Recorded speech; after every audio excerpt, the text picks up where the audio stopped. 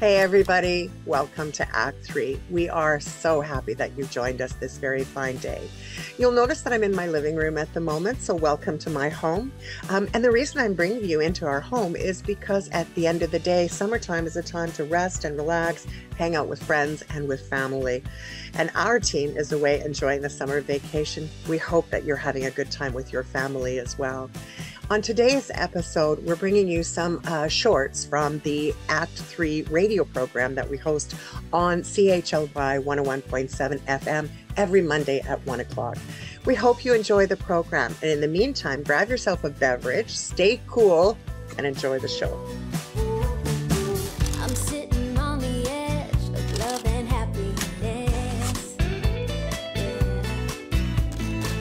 Never experienced such a moment as this.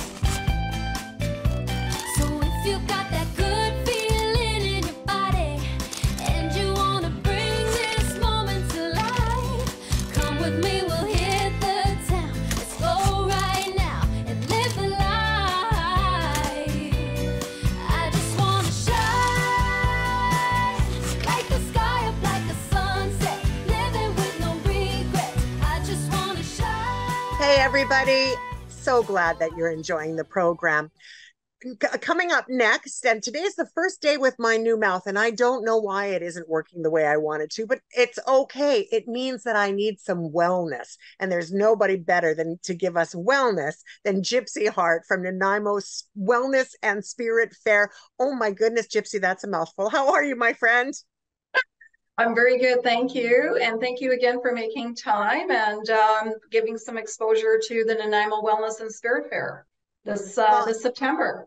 Yeah, and I'm really glad because I know this is an annual event. In fact, I think you do it more than once a year. I do it twice, so Yeah. always in May. So it's like a spring May event as well as September. And so I always look, I used to only run it once a year, but I find that having it twice is really nice. It just really ripples out into the community even more so. And the exhibitors always love being part of the event. And yeah, so, and you can't beat, coming and it's open to the public for free. So I really enjoy hosting it and holding space for exhibitors, small businesses that are in the holistic as well as the metaphysical. So it's kind of a little balance of a blend of an event. So. Yeah, and I think what is really wonderful about it is it's been a crazy summer. A lot of people have endured some heat waves. We've had a lot of drought in our community. And what happens, I think, is people, even though they want to be outside to enjoy the sunshine, they end up staying inside to avoid the heat. So taking time to actually renew and recover in the fall is a great way to start the new season, right? Tell us about some of the exhibitors that normally are at the fair. So it is a blend of holistic as well as metaphysical. So we do have a lot of holistic practitioners. So small businesses like even chiropractors. There is massage therapists. There's so many different blends that are really geared towards the wellness community, right? And they're running small businesses, which is really a wonderful thing.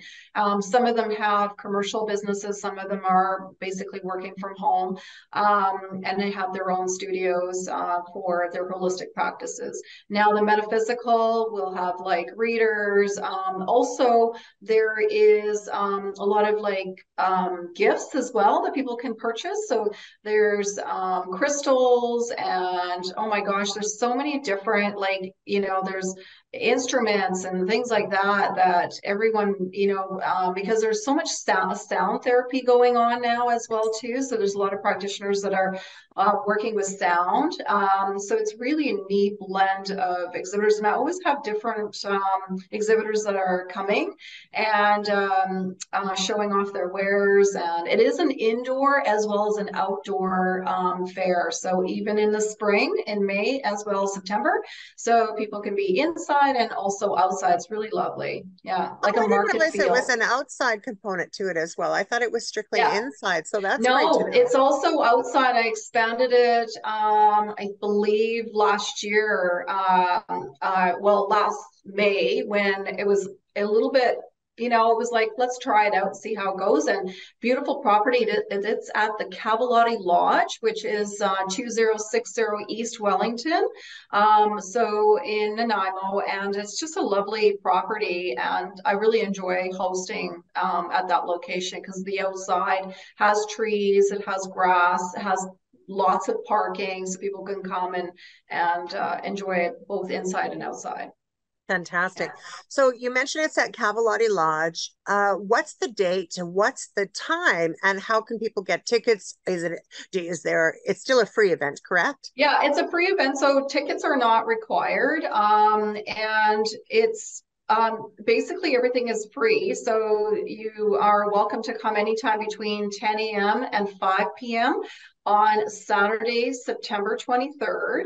And we'll also have a food truck there as well.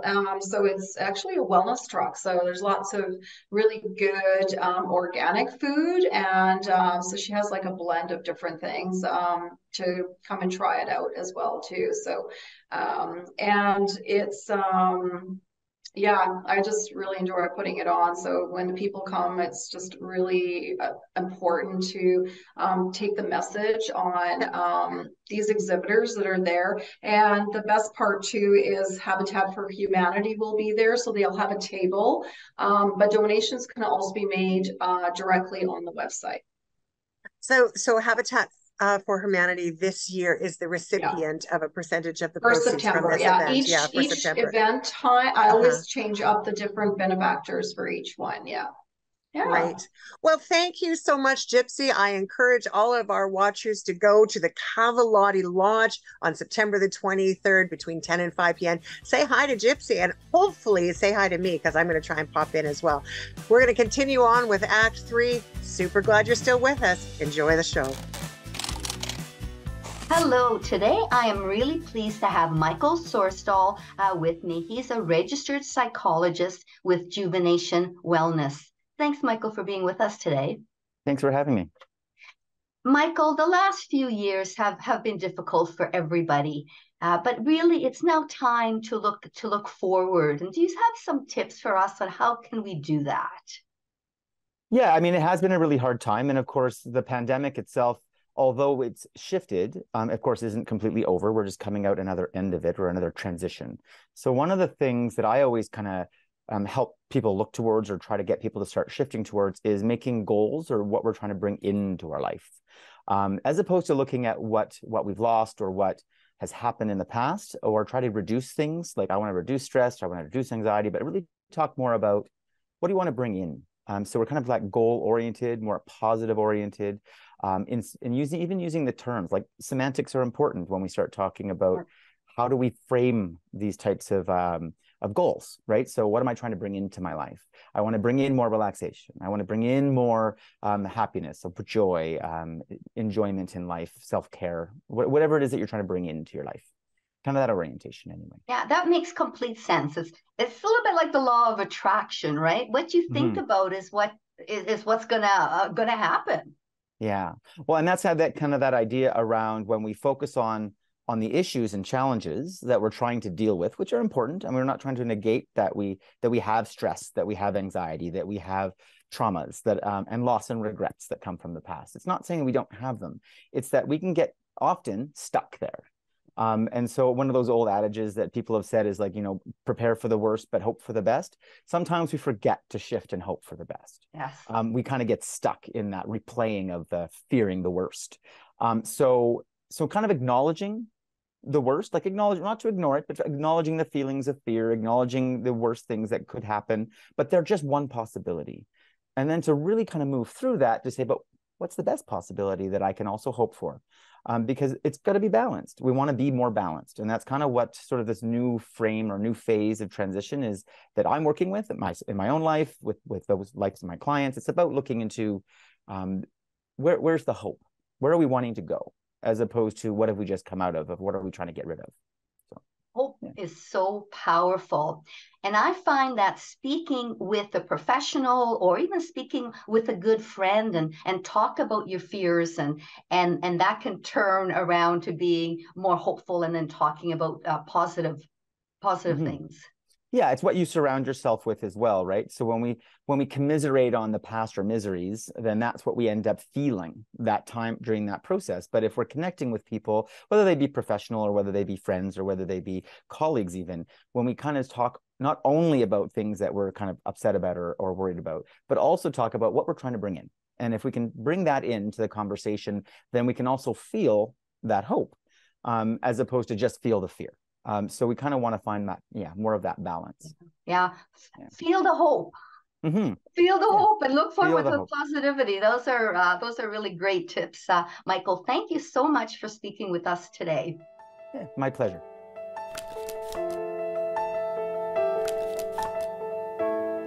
I want to be the one to say that I found you safe and held you in my arms. I want anyone else in the world to tell me that they did too, and took you across the field and to your door and said, hey baby, it's cool, there's no reason to be scared anymore. Took you home, held you in, held you in, held you I'm talking with Allison Crow, and we're going to talk about someone who was so important in our community and has been gone for a very long time. We're going to talk today about Lisa Marie Young. Welcome to the show, Allison. I am so glad that you're here. I know that this is a heartbreaking subject. Mm-hmm. For our listeners who may not know who Lisa Marie Young is, would you mind Yes. sharing a little bit of her story with us? Sure. So Lisa Marie Young was a schoolmate of mine. She was a young Indigenous woman who went missing. Sorry, pardon me. Okay. Just around Canada Day in 2002. So that was the last time she was seen or heard from. Lisa herself was an awesome young woman. She was kind and fun. I remember her being really funny, also like a really dry sense of humor. And it's a long time ago now. We're talking 21 years, I guess. Yeah, because I think last year was it would be 2002 anyway, was when she was last seen. And, she was kind to everybody. She loved everybody. She was a vegetarian, which sort of in the 90s, that was kind of new. I mean, it wasn't new. But it was sort of like newish for the time. I guess. I think in every generation probably has that. Anyways, she was a sweetheart. She, even after high school, I was telling you a little bit earlier, I used to do gigs at the Queen's Hotel downtown in Nanaimo, and she used to come there and support whatever band I was in at the time or whatever music and stuff, because I think she loved music, and she was always a real sweet person and just a good person. Yeah, she was a good person. And her favorite color was lime green. There's facts about her as a person that I think that's really important to talk about. Because she was an awesome person, and I think it's really important that people remember that. And to also mention as well, her mom Joanne was an awesome woman as well, and she is no longer with us as well. It's hard to talk about someone who has passed away some time ago, but yet it's still fresh because for the last 21 years, Nanaimo has not stopped looking for her. That's right. Yeah. Is there any leads on the disappearance of Lisa Marie? I'm not super sure, and I'm not super qualified to answer that. Of course. I do know that a woman named Laura Palmer has put together an amazing podcast that is sort of the most up-to-date information on Lisa's case, and her Facebook page, which I'll send you, is really, really good for kind of keeping up to date on that. I think now, as well as more attention is being turned towards the fact that there is very clearly an epidemic of missing and murdered Indigenous women and children in this country, that and she is involved, or she is one as well, right? Now people are looking, but I think, and say say a white girl had gone missing back then, I do firmly believe that they would have looked harder. I firmly believe that they would have listened to her mom more and closer, and that's infuriating. So, but you're bang on. There's something to be said for that. I mean, when we know that, yes, it is true that the missing and murdered Indigenous women are being spoken of finally more often and more regularly than ever in our history. We can't let go of the fact that there's still no answers, and it's still a problem that people are taking, potentially, maybe at some point, have changed that vision and are working towards finding. But you're right, like in 2002 we were pretty ignorant about what was happening. Absolutely. So less so now, but there was a few years where it really felt like people weren't talking about her anymore, and that was really hard. So it kind of feels like you're just like screaming it out and no one's listening, kind of thing. Now I do feel that people are listening more so now than ever. It seems more so even than maybe when she first went missing. I could be wrong about that, but it does seem like there is a renewed interest in speaking her name and telling her story. So that's great, and I think it's just just keeping that alive. Thank you so much, Allison. That's a great piece of wisdom, and I do, my prayers for the family are that she will be found, and that, as you have so beautifully said over and over during this broadcast, let's keep saying her name. So, Lisa Marie Young, we miss you. We wish you were here, and we honor your life. And thanks for sharing with me today, Allison. Really, it's been a pleasure having you on the show. Thank you for having me. Yeah, and thank you for providing a platform for her name to be spoken.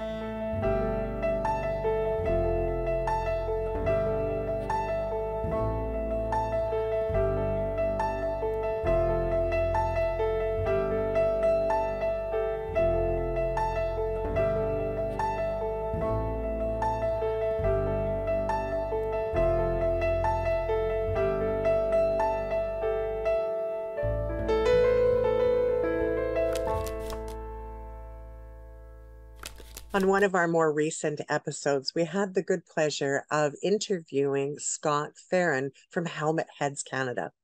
Scott is doing something really cool in this community, and we'd really appreciate it if you wouldn't mind giving him a hand. He is raising toys, or raising money to purchase toys, for Vancouver Island children who are in our local hospitals. And on September the 6th, he's going to be delivering some of those gifts. Now, I want you to know he does this 365 days a year. And so it's really fabulous if he can have these toys to keep giving to the children that live all over Vancouver Island. I just want to thank you, Scott, for all that you're doing. And if you would like to help, we encourage you to do so. Just go to helmetheads.ca for more information, or donate a toy to Masterminds in Victoria. You will find more information on his website, and we encourage you to participate. I know he'd love it too, and the kids will thank you. But I'm here to have this conversation with you because you are sharing with us some really groovy stuff within, the community. You've been doing quite a bit of working on memoirs, and, you've done quite a bit of writing. In particular, for our listeners who may not recall just off the top of their head, I'll remind them that you have been published several times in the Chicken Soup for the Soul series. You've written your own works as well. And now you're sharing with us a new memoir compilation, and I can't wait to hear all about it. How would you like to start sharing a little bit with us? I'd love to. Thank you, Kathy. Um, well, first of all, I'll show you what it looks like. It's called, well, it's backwards to the camera, I guess, but it's called Back the Way We Came. And it's 11 fearless women voice their untold stories. Some of these stories have never seen, I think all of these stories have never seen the light, actually. And it's a wonderful team effort. Yeah. I love the idea that a group of women have come together to share their stories, because I think that sometimes we have stories inside of us, right? Mm-hmm. Things Yeah. that have happened to us. And it really takes a lot of courage to put a pen to paper, right? Yeah, So, absolutely. what inspires you to do that? First of all, let's start with you, and then let's talk about some of the stories that are inside the book. Why memoirs? I think, Kathy, because I want people to be encouraged. So, when they're going through crap, which all of us have in some respects, right? Yeah. A lot of times we feel alone in that crap, and and the being alone is the worst thing about it in some ways, because you feel like there's no hope. Yeah. But if I had, at the time when I was going through all that stuff, in my past, if I'd had a book, if I'd known about a book like this and had read it, I would have known, hell, I'm not alone here. Yeah. This person understands me. They've gone through it too, and they're on the other side. So there's light at the end of the tunnel. And that's what I want to do when I write. And that's why I want to be vulnerable and honest, because that's how people relate to you, right? Yeah. It's the connection. It's the honest connection. Or the book itself is called Back the Way We Came. And I love the title, Back the Way We Came, right? It sort of, it puts a memoir in a whole new light when we're looking back on something that maybe we experienced some time ago and we've put that to paper. So, it takes a lot of courage for these women to have written, these wonderful pieces. Is it possible, do you mind highlighting some of the stories that are found in the book? Well, probably the easiest way to do that is just on the back cover. It just gives a quick synopsis. For sure. So first of all, the Memory Keepers, that's what we call ourselves. A group of 11 seasoned women share intimate stories from the perspective of time, distance, and hard-earned wisdom. These writers touch on uniquely personal yet emotionally relatable themes: love, the joy and loss of deep friendship, coping with dementia, toxic relationships, which many of us can relate to. Oh, can we ever? You bet. Yeah. Menopause and late life dating exploits. Some venture into more offbeat territory, surviving 3 months in a US jail, exploitation in a spiritual cult, corruption and rural life in West Africa, and the hedonism 1980s London drug scene. So there is a lot of variety in this book. So I'm curious as well, when we talk about Mickey, you had mentioned earlier in our program that you're the Nanaimo gal, but the other gals come from other places. So where are they from? All 10 ladies except for me are in England. So that's right. Yeah, so I am like the adopted Canadian girl. Because the ladies had somebody had backed out of the anthology, and I just thought, I'll offer something to them, and if they need it, great, take it. And so that's how it came about. So they, like I said, they kind of adopted me, and they're just great. They're feisty, brave women, and funny, and I feel honored to be a part of this. No kidding. And this is the first group, the first book of memoirs that has been put together as in this way, right? This is not one of a series, or this is just the first? No, yes, yeah, absolutely. Okay. Cool. So and so earlier in the program, you were reading off the back of the cover, and you were sharing some of the really, really cool stories that are there. When people are writing their memoir, what kind of advice might you be able to give someone to say, how do you begin to write it? that's one of the questions that a lot of people come up with because they don't know where to start. They don't have a clue how to start. And that's part of the reason I took that course, Memoir Writing Inc., because I really didn't know where to start. I knew I had a story inside me, but I needed somebody to bring it out, to help bring it out. So I would suggest, really, if you can afford a writing course, it's really worth it. Memoir Writing Inc. certainly was worth it for me. I mean, I really have to attribute a lot of my publishing success to that. So if you can get a writing course, great. If you can find a writing group that is interested in writing, it doesn't even need to necessarily be memoir writing, but if you can find a group that's interested in writing, it is a huge, huge motivation and encouragement. I belong to one, and we give each other little pieces of homework each time we get together. We come back and we share what we've written. And then it's like an accountability partner. Absolutely. Almost. Yeah. And what I mentioned earlier was show, don't tell. That's the big thing you hear in the writing circles is express what you want to share with emotion and really tie into that emotion rather than just saying, well, I felt upset. What did that upset? How did that come out in your body? Well, I was trembling, right? Or my breath was raspy or something like that. MickeyFinley.com. Thank you for being a guest today on Act 3. It's so delightful to see you, and I can't wait to give you a big squish in person again very, very soon. Me too, you. Big squish. We're overdue. We're overdue. Well, that does it for this episode of Act 3. And as always, we are delighted that you came, and we look forward to bringing you your next episode coming up early this fall. In the meantime, we hope that you will participate in some of the things that we've shared with you on today's show. And when you want to find out a little bit more about what's happening within our community, we invite you to please join us on Act 3 CHLY 101.7 FM every Monday at 1 o'clock. Until then, take good care of yourself and each other. We'll see you next time on Act 3.